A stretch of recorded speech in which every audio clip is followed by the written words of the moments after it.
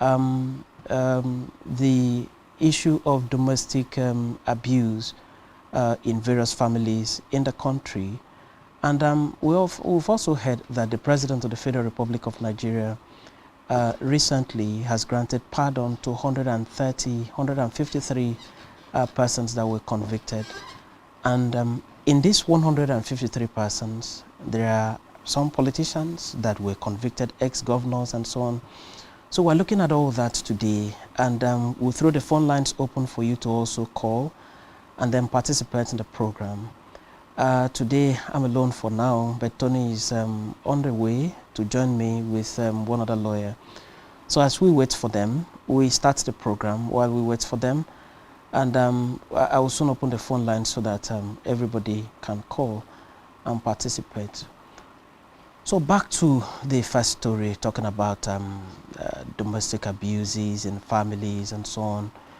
We've had several families complaining of maybe the husband beating the wife or the wife beating the husband. I hope you know that in some rare cases, women also beat their husbands in families. So men also suffer domestic violence.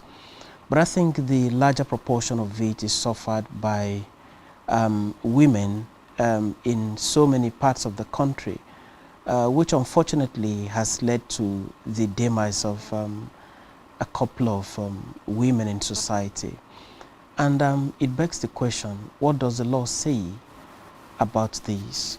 What category of offense, can you call the unfortunate action of a man beating his wife and getting the wife injured, and in some cases the wife having to unfortunately die, or vice versa, the husband being beaten also by the wife. Now, the simple answer to this is that the law does not accept, the law does not tolerate the beating of a woman by a man, or the beating of a man by a woman. It is rather unfortunate that the popular music personality Osinachi has died, and a lot of stories have emerged from there. A lot of people have said that she was in an abusive marriage.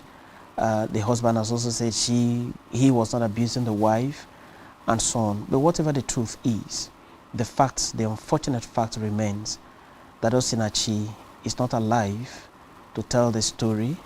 She's not alive, to continue doing what she knew how to do best.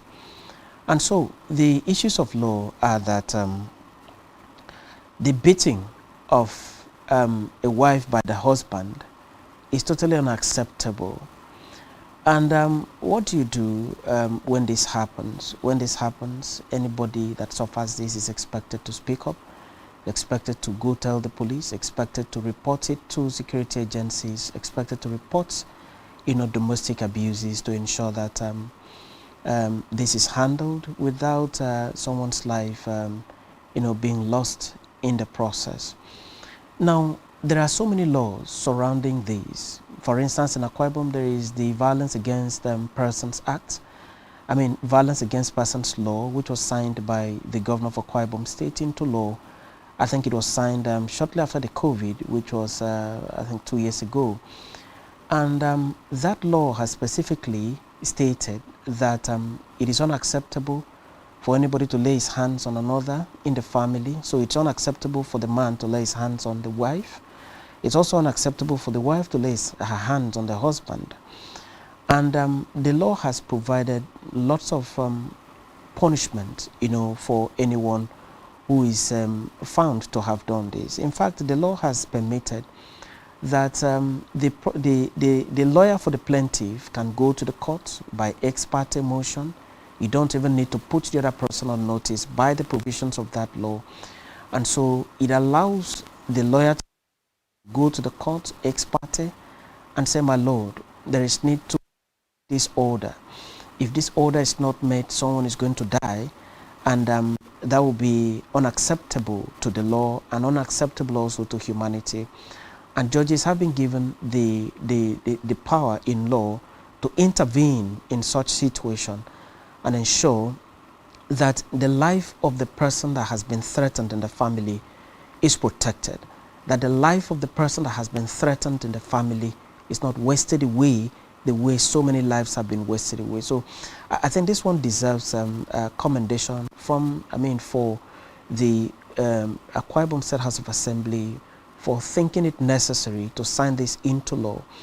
It also deserves commendation for the governor of Akwa Ibom State for signing these also into law to ensure that the persons living in Akwa Ibom, and it's applicable to everybody living in Akwa Ibom State, whether you are from Akwa Ibom or you are from outside Akwa Ibom, so long as you live in Akwa Ibom State, that law is applicable to you and makes it prohibitory for you to lay your hands on your wife or to lay your hands on your husband. Now, I keep mentioning husband being beaten by wives. A lot of people don't also understand that there are some men that suffer domestic violence too.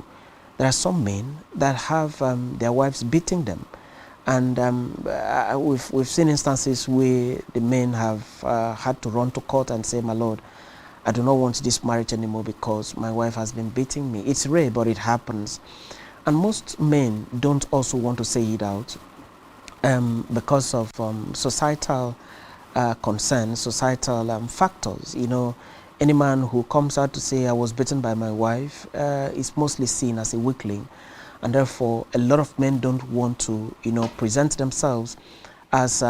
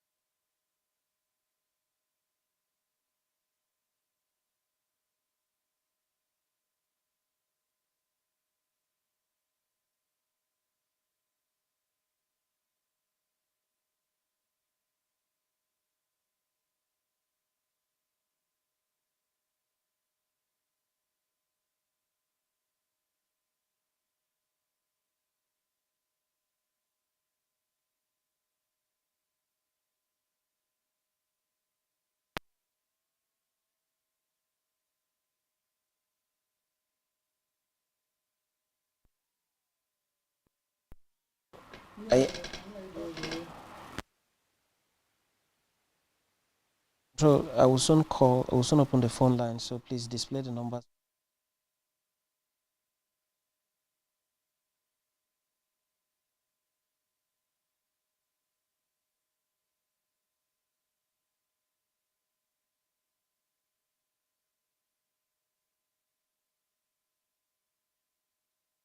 Our governors have to share police powers with the president as stipulated by the constitution. We do not have a federal government police force. We have the Nigerian police force, which shall be administered, organized, and supervised by the Nigerian police force. No, my lord, I want to say something. I want to say something here. Perhaps it might also enlarge the scope of people who should be invited here for examination. My lord, if we cannot find those who literally murdered Abiola, who are those people who could be said to be the beneficiaries of the death of Abiola? Rogers has linked you with some of the killings he did. He never did. he linked you with the attempted murder of Hebrew. He did not. My lord, the Matters Council is leading the evidence in our matters. Is this an adversary proceeding? It's not, my lord, but you can't be talking about cases which are in court. Is this an adversary proceeding? It's not, my lord. These cases are in court, my lord. I'm just reminding your lordship. My lord, sorry, my lord, I think I'll be in cross-examination. Legally Speaking, a program that deals with legal issues and questions we face as citizens of this amazing country, Nigeria. Legally Speaking. Join us every Friday from 5 p.m. to 6 p.m. for Legally Speaking. Welcome back to Legally Speaking. I apologize to you for the break in transmission. We were discussing the issues of law surrounding the unfortunate death of Osinachi, and we have heard that the death wasn't natural. Have it confirmed, but we've heard that the death of Osinachi wasn't natural. We've heard that Osinachi lived in an abusive marriage, and said that the law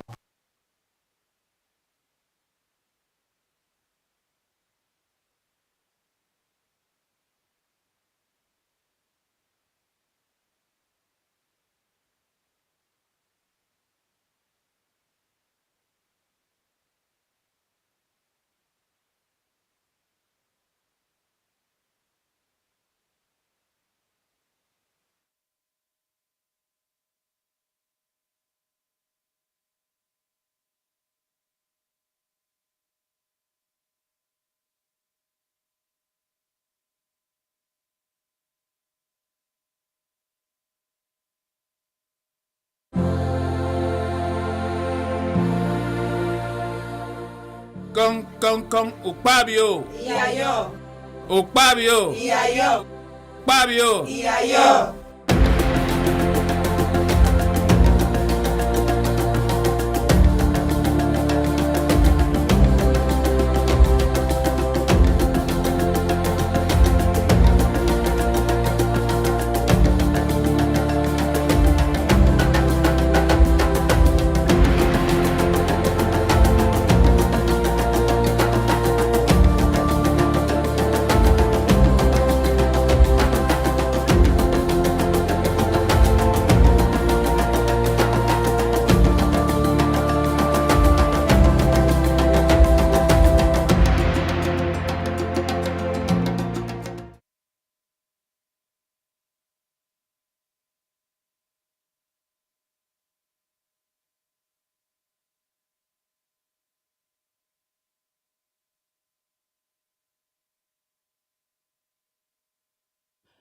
Following the many incidents of attacks by terrorists, bandits, and herdsmen across the country, with specifics to the recent attack by Abuja Kaduna Rail Lines, as well as adoption of students in Sanford State, serial killings of locals in Benue, it appears the federal government might be overwhelmed by the many security challenges. However, Minister of Information and Culture Lai Mohammed says the federal government is by no means overwhelmed. He says terrorism is not a controversial war, and what terrorists want to achieve is to return to the front page of the dailies. The statement has raised several questions on the federal government's fight against insecurity, as well as the modus operandi, which appears to be Lay's report of attacks on the media, is seen as a win for the federal government. Although the Nigerian military is doing their best, the Chief of Defense Staff Lucky Irabor believes Nigeria needs more than the military power to win the war against insurgency and other forms of insecurity, especially in the heart of the people. A visit to Akwa Ibom State Polytechnic Ikotosura was greeted with many students hanging outside to wait for vacant lecture halls. In an interaction with Spectrum Television, some of the students said the government and the management of the institution was doing well, but sought for new lecture theatres and more desks, which they say were their major challenges. I first appreciate the management of the school, especially by the rector, Dr. Barrister Moses Mobong, for what he has done from his resumption in office. If you look at 3 years ago, you see the current innovation and things on buildings, halls, and everything. He has been trying in that aspect of it. Well, we have challenges, just like every other institution.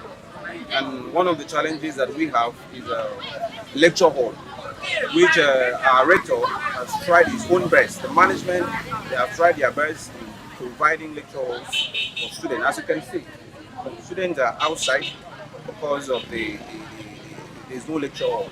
And the one we have is not enough. Not as if we don't have it. We have it, but we still need more.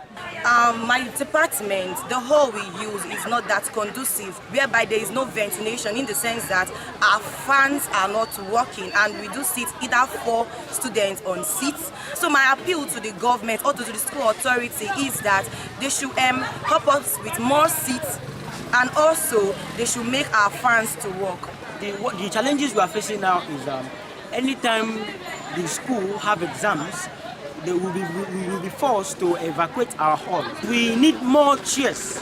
Even if we are to maintain the one we are using now, we still need more chairs. The government should try and come to our aid in terms of learning facilities and learning materials. Giving us a new theater is a small project for the government.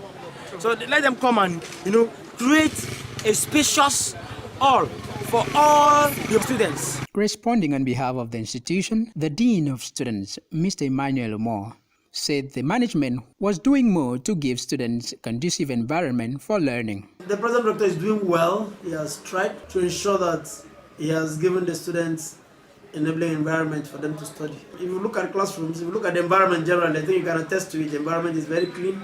And so we're also doing the best we can to ensure that we give the students enabling environment for them to study. In terms of their classrooms, if you go there, you see it been filled with desks. Honestly, when the rector came in, he has done much and is also willing to do more. Following the many incidents of attacks by terrorists, bandits, and herdsmen across the country, with specifics to the recent attack by Abuja-Kaduna rail lines, as well as adoption of students in Zamfara State, serial killings of locals in Benue, it appears the federal government might be overwhelmed by the many security challenges. However, Minister of Information and Culture Lai Mohammed says the federal government is by no means overwhelmed. He says terrorism is not a controversial war, and what terrorists want to achieve is to return to the front page of the dailies. The statement has raised several questions on the federal government's fight against insecurity, as well as the modus operandi, which appears to be Lay's report of attacks on the media, is seen as a win for the federal government. Although the Nigerian military is doing their best, the Chief of Defense Staff Lucky Irabor believes Nigeria needs more than the military power to win the war against insurgency and other forms of insecurity, especially in the heart of the people. A visit to a Nigerian police, which is the only one allowed by grossly abused. Our governors have to share police powers with the president as stipulated by the Constitution. We do not have a federal government police force. We have the Nigerian police force, which shall be administered, organized, and supervised by the Nigerian police force. No, my lord, I want to say something. I want to say something here. Perhaps it might also enlarge the scope of people who should be invited here for examination. My lord, if we cannot find those who literally murdered Abiola, who are those people who could be said to be the beneficiaries of the death of Abiola? Rogers has linked you with some of the killings he did. He never did. He linked you with the attempted murder of Hebrew. He did not. My Lord, the Matters Council is leading the evidence in our matters. Is this an adversary proceeding? It's not, my Lord, but we can't be talking about cases which are in court. Is this an adversary proceeding? It's not, my Lord. These cases are in court, my Lord. I'm just reminding your Lordship.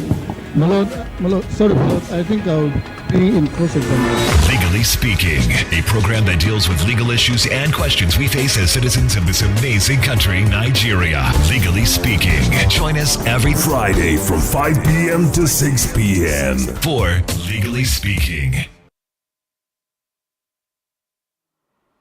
Hello, I welcome you back to Legally Speaking.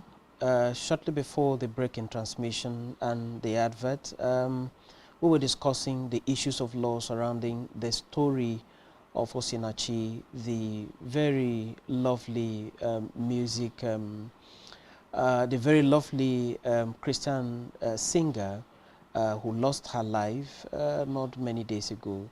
We are going to go into other issues right now. But before we proceed, let me welcome my brother and friend, Tony, that has come into the program. Tony, welcome to the show. Yeah, you're welcome. I'm your friend, I'm not your brother. But it's all right. Yeah, so... All right.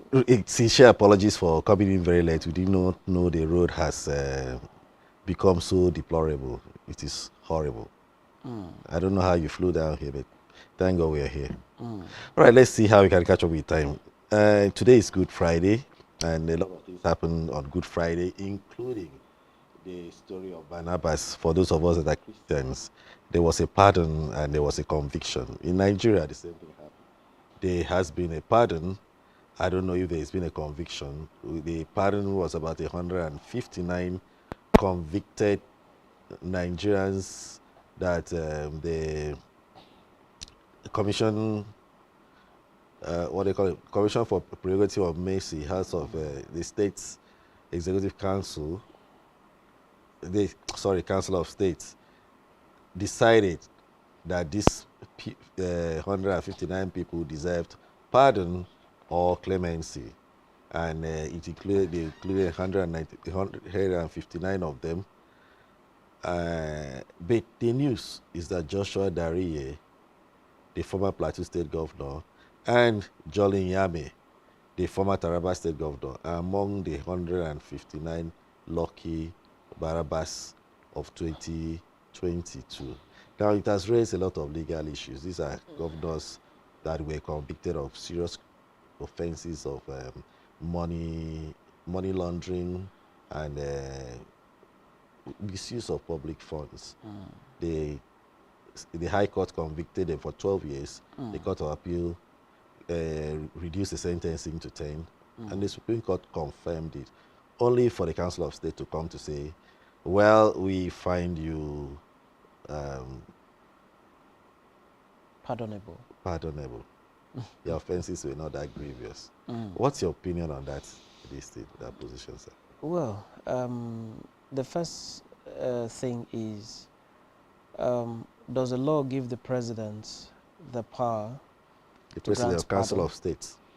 Him acting as a chairman, right? At the end, it's the president that has pardoned. If anything is to be signed, it's the president that signs, or he delegates it to the Attorney General of the Federation to sign. So does the law authorize the president to pardon anybody who had been convicted? The answer is yes. The law allows the president, the law allows the governor. And so they can pardon. They can write off sentences, write off conviction, and so on. But mostly you see this in political cases. You see this being done for the benefit of political associates, and so on and so forth. But this one, not all of them are political associates of the various politicians in the country, and so on. And so, good luck to those that have been pardoned. They go home as if they did not sin, they did not commit any sin. Their conviction, the sentence, everything is written off completely. It's like a Christian being told to go and sin no more. And so they are lucky.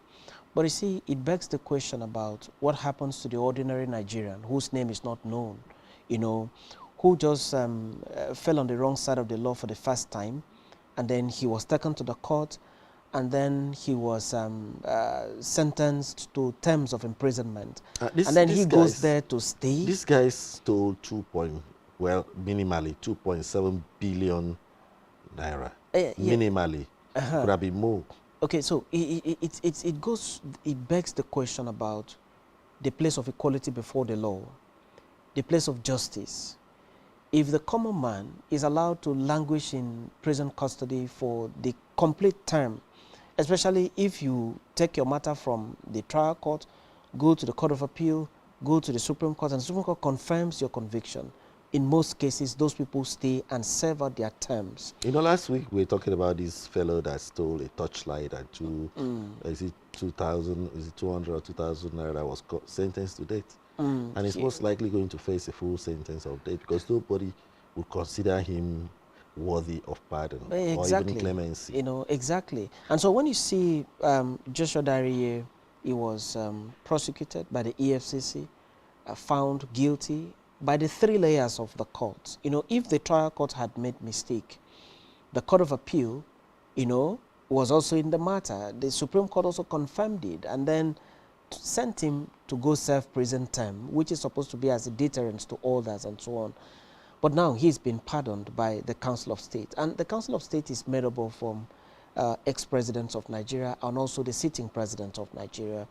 And so they sit down and then deliberate, and then they see merit in granting pardon to these people. Okay. Beautiful. But I am saying that in view of the fact that most ordinary Nigerian citizens don't also enjoy this, it appears to be a kind of situation where some people are equal, but others are more equal, you know, in the country that we live in. When you look at the breakdown of the list of people that were pardoned and released, and those that were given granted clemency, 26 inmates were recommended for pardon by the Presidential Advisory Committee on Prerogative of Mercy.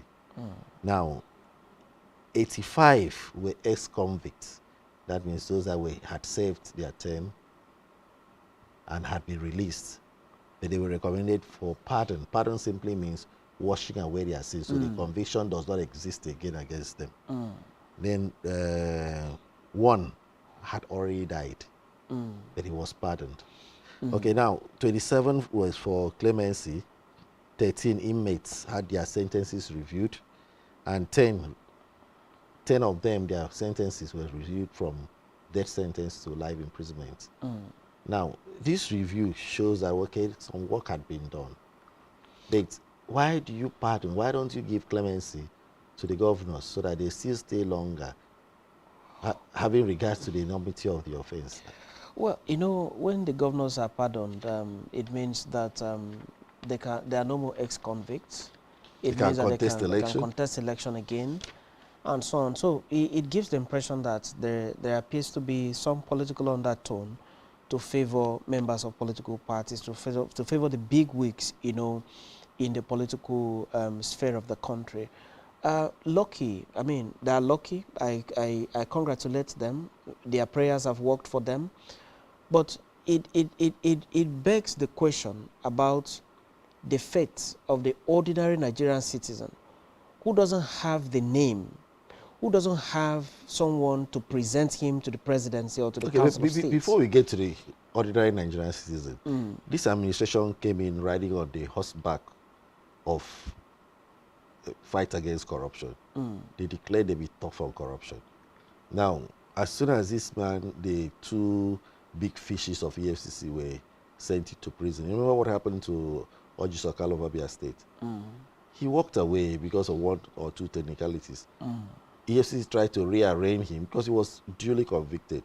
They came to say it was double jeopardy, and I don't see the Attorney General of the Federation saying anything about it. There's nothing you can say about it. There's nothing you can say about it. Because now, if truly Orji Sokal was tried, if a decision was made about him, then that's the end of the matter. If you take him back to the court, it's obviously going to raise no, but they say decision. No. Ultra force acquit does not apply in this case because the Court of Appeal said it's a nullity. It's as if the trial did not even exist. The Court of Appeal has made a pronouncement on his matter. Yes. Say so you can't take him again to court. No, you can. But anyway, that's not the discussion. Day. Yeah, that's not for the discussion for today.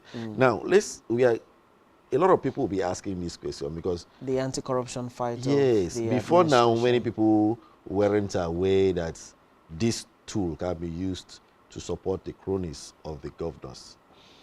Well, you know, because why I'm saying the cronies of the governors, if you look at the composition of the states, Council of States, you have the former presidents, all the former presidents. All of them that are alive. They are alive. They are not up to 20 now. No, they're not. Now, you have the president and the vice president. You have the chief justice of Nigeria, past and present. Yeah, past and present. You also have the speaker of the House of Representatives and the Senate president. Then you have all the sitting governors. Now, the sitting governors are alone, a number, a good number. So if it's by votes, let's leave the past presidents that are already old. I don't see Obasanjo having a strong voice, even though he's always articulated. Very vocal. Yes. But now the governors have brought in the governors forum. And these are their brothers. You know, like you called me your brother that time. These are their brothers. What is the fate of the chicken or the cockroach amongst chicken? Well, it's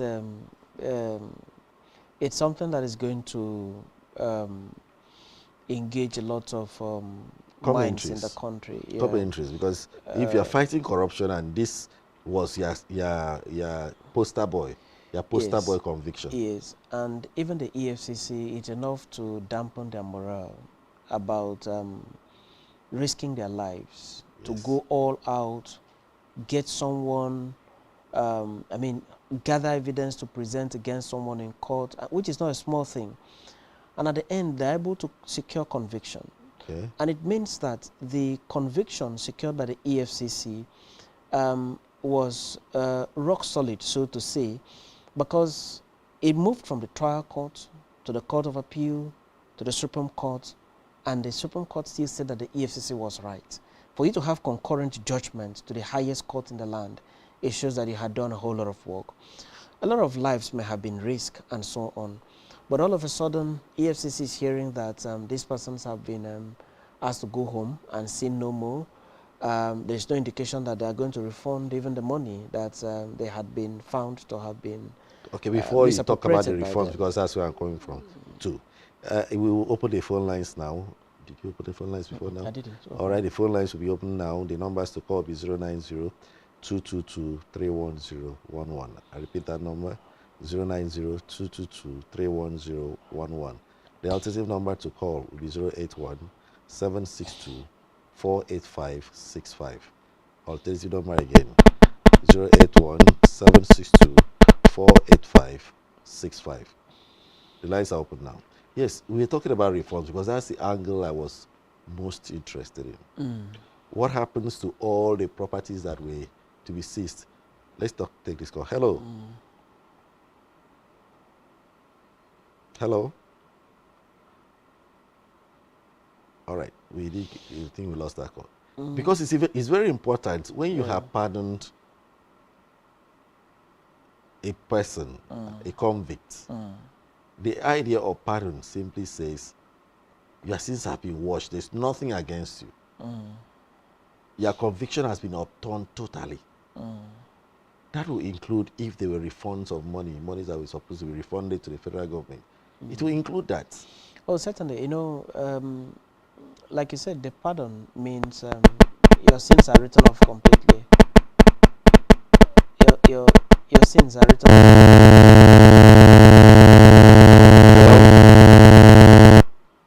Hello. Okay, so it simply means that your sins are written off completely. It's as if you are taken back to that position that before you were arraignment. Before arraignment. So it's as if you did not commit any offense. And so the person will not be expected to return the money because and if the federal government had forfeited, if he had forfeited some things, the federal government, have to give it there's back an to expectation.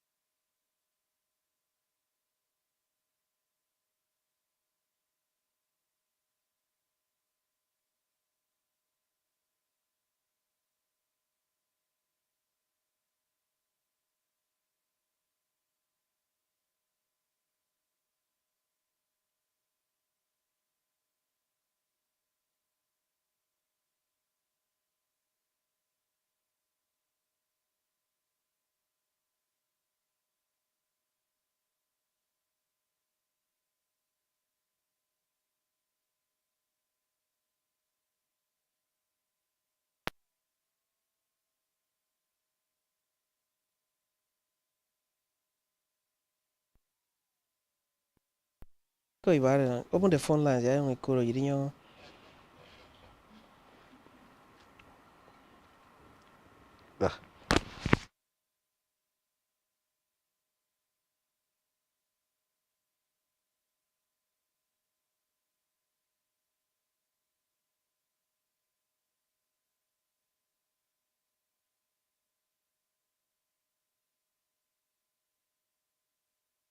Nigerian police, which is the only one allowed by grossly abused. Our governors have to share police powers with the president as stipulated by the constitution. We do not have a federal government police force. We have the Nigeria police force, which shall be administered, organized, and supervised by the Nigerian police force. No, my lord, I want to say something. I want to say something here. Perhaps it might also enlarge the scope of people who should be invited here for examination. My lord, if we cannot find those who literally murdered Abiola, who are those people who could be said to be the beneficiaries of the death of Abiola? Rogers has linked you with some of the killings he did. He never did. He linked you with the attempted murder of Hebrew. He did not. My lord, the matters council is leading the evidence in our matters. Is this an adversary proceeding? It's not, my lord, but you can't be talking about cases which are in court. Is this an adversary proceeding? It's not, my lord. These cases are in court, my lord. I'm just reminding your lordship. My lord, sorry, my lord, I think I'll be in cross-examination. Legally Speaking, a program that deals with legal issues and questions we face as citizens of this amazing country, Nigeria. Legally Speaking. Join us every Friday from 5 p.m. to 6 p.m. for Legally Speaking. Go ahead. All right. Sorry. Welcome back to Legally Speaking. They say lightning does not strike twice in the same location. This time it struck twice. We really apologize for the technical difficulties we are experiencing at Planet Radio 101.1 FM and Spectrum TV. We shall overcome. That's why they always say. My name is Anthony Ebuka and I'm still with Ekemundum for the concluding segments of this Legally Speaking. All right, the phone lines are still open. If you want to join us, you can call to contribute or ask questions. We're still talking on the pardon granted Yame and the Taraba State, Lolly Yame and Joshua Darie of Plateau State. They are free men, but we are worried now. All the 2.1 billion naira. All right, hello. Hello? Hello. Yes, welcome to the show. Young gentleman of the studio. Welcome, sir. Please, I'm calling from Calabar. Your name is? Hello? Yes, your name. Okay. Please, concerning the parent, whether it is a council of state or whatever name that they call, I have one question to ask. Please, my question is, whether it is right, even though according to the law, it is right for the president to constitute such a panel, and probably he will be a member or the chairman of the panel. All right. To be able to free some people in the prison upon the amount of crime that they committed. Okay. Is it right for the president to free them? Okay. All right. Thank you very If it is right for the president to free them, is it not causing more crimes, more corruption in the country? All right. All right. Thank you very much. I think the first thing we must emphasize is that it is legal. It is in the Constitution. The law provides for it. And basically, I'm sure the intent of the law was that where there has been a conviction, which in the mind of the natural public might have been erroneous. Yes. The governor or the president can use that to salvage that person. Whereas the Supreme Court had given a final decision and it is in the interest of maybe the public that that person not be executed. You can now swing into action. I know the governor does that from time to time. The chief judge of all the states also have right to go for prison inspection and set some people free, right? Especially those that are waiting trial and there's no very serious evidence against them. So that panel called the Advisory Council on Prerogative of Mercy is established by law for that purpose. Now, I know the major concern everybody has is the quality of people that have been released. Prerogative of mercy should, it should show that this person, though was convicted of an offense, but is seriously sick. You understand? The condition behind the family condition too, there are lots of things that should be taken into consideration. Well, not 2.1 billion. Yeah, you know, the way we practice our democracy here, sometimes it calls for a lot of questions and so on. The oldest prisoner in the world is in the United States of America. He's in the prison in the United States of America. And he's so old that he cannot walk on his own. He uses crutches to walk and so on. He committed an offense. He killed someone, and the American government has not seen any need to allow him go. He serves his prison term, and then it also serves as deterrence to others. The prerogative of mercy in the Constitution of the Federal Republic of Nigeria, it wasn't the intendment of the Constitution, the makers of the Constitution, to grant pardon to those that looted state treasuries dry, to those that refused to provide amenities for hospitals, and people died in the process. People that refused to make this run, those that refused to fix roads, and accidents have occurred over time and people have died in the process. That couldn't have been the intendment of the Constitution of the Federal Republic of Nigeria. And so the way democracy in Nigeria is run is such that it begs a lot of questions. Now, how come that no one has been freed from Buyo prison? It's only the big wigs, and so on. Equality before the law. I really would like to see the list. There should be equality before the law, and therefore, a governor who finds himself on the wrong side of the law and is convicted should not be treated as if he's a different kind of human being. For me, it's something that we need to look into. Maybe the legislators need to look into that provision of the law and then make some amendments and give some conditions before. I can even contribute a condition. One of the conditions should be if you are convicted of financial crimes, you shouldn't have mercy. Save your time through. Because that financial crime is not life imprisonment. It's not life imprisonment. It's 10 years imprisonment. So you stay for your 10 years and work. You allow him stay for 10 years, and then he returns the money that he had looted, and then you return it to the state. Recover most of the properties he built with the money. It's something that a lot of people will have to talk about it in the coming days and so on. You see, we have to be very clear as a nation. If we don't want people to be convicted anymore, then we open the prison and allow people to go. You don't even take people to court. But if you pass through that long process of trying someone, finding him guilty by the judges, and then he is sent to prison, his term is confirmed up to the highest court in the land. There was no mistake about his conviction. And then you open the prison gates, and then you write it off completely. You allow him to go back, take the money that he had looted, contest election again, of course have more power, get more money. And it's quite timeless. It is. It's quite timeless because when you consider the 2023 election that is coming up in 2 days' time, and the guy is released today, I'm sure he already bought his form. Somebody, these guys that are buying forms for people, what's the name of the... One radio station like that, Family Radar is buying form. Must have bought a form and it's waiting for him. So as they come in, they inherit it. I never even knew that radio stations make such money. Yes, that's 80 million so far. That's 80 million so far. I never knew. And I also hope that their certificate of incorporation, where you have the memorandum of association and articles of association, you normally have the objective of a company. I hope political participation and purchase of form. They're buying forms. Okay, purchase of form. Yes, it's I hope it's also part of the articles.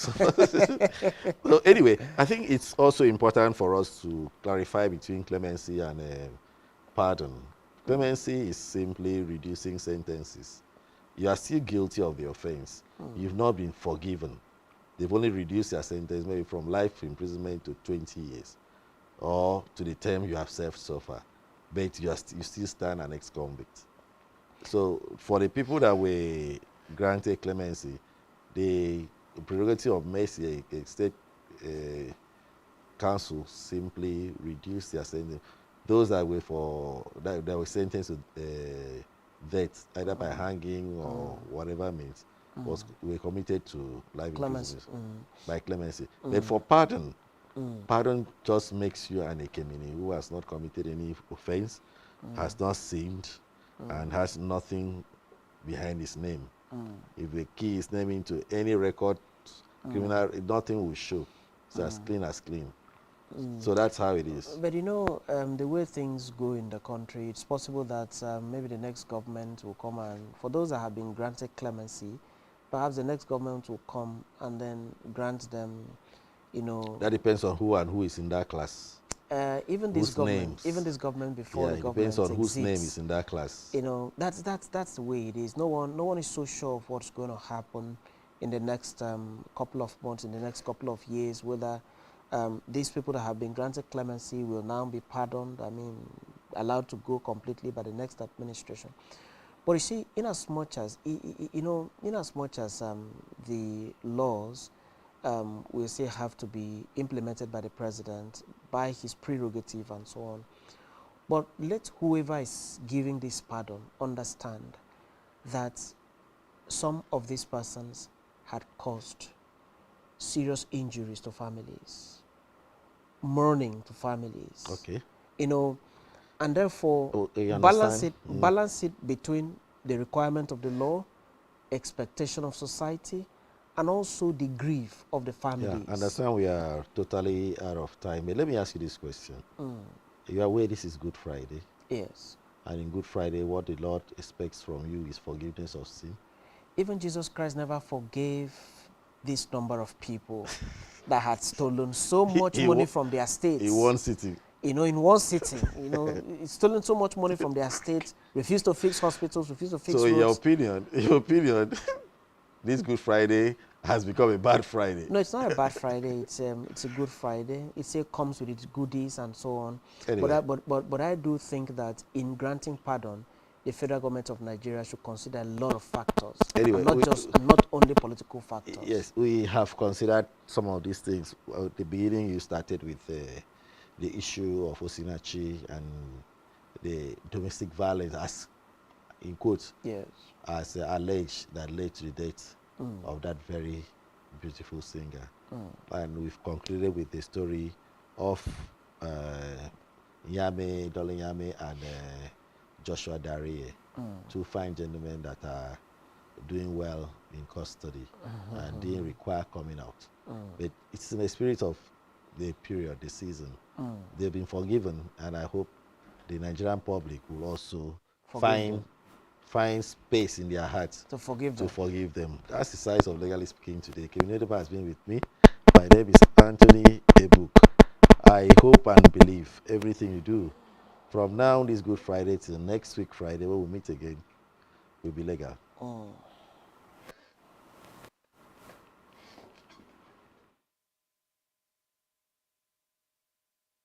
Nigerian police force, which is the only one allowed by grossly abused. Our governors have to share police powers with the president as stipulated by the Constitution. We do not have a federal government police force. We